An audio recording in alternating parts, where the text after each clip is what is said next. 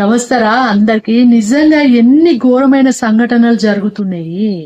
వాడు పెళ్లి చేసుకొని ఆమెను ఇన్నేళ్ల నుండి వాడు తిండి సరిగ్గా పెట్టకుండా అమ్మాయిని కొడుతూ తిడుతూ హింస పెడుతూ ఫుడ్ ఇయ్యక లాస్ట్ కు అమ్మాయి చూడు ఎట్లా ఎముక మొత్తం ఒక బొక్కలే ఉన్నాయి ఒంటి మీద.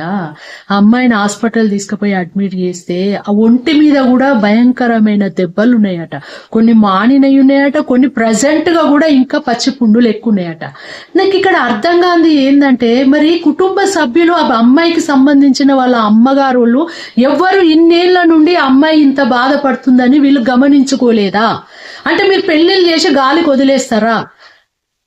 బిడ్డ ఎట్లా ఉంది, ఏం కథ, సరే అన్నదమ్ములు ఉన్న మా చెల్లి ఎట్లా ఉంది, ఏం కథ అని మీరు ఇన్నేళ్ల నుండి చూసుకోలేదా ఎవ్వరు? ఎంతవరకు ఇది కరెక్టు?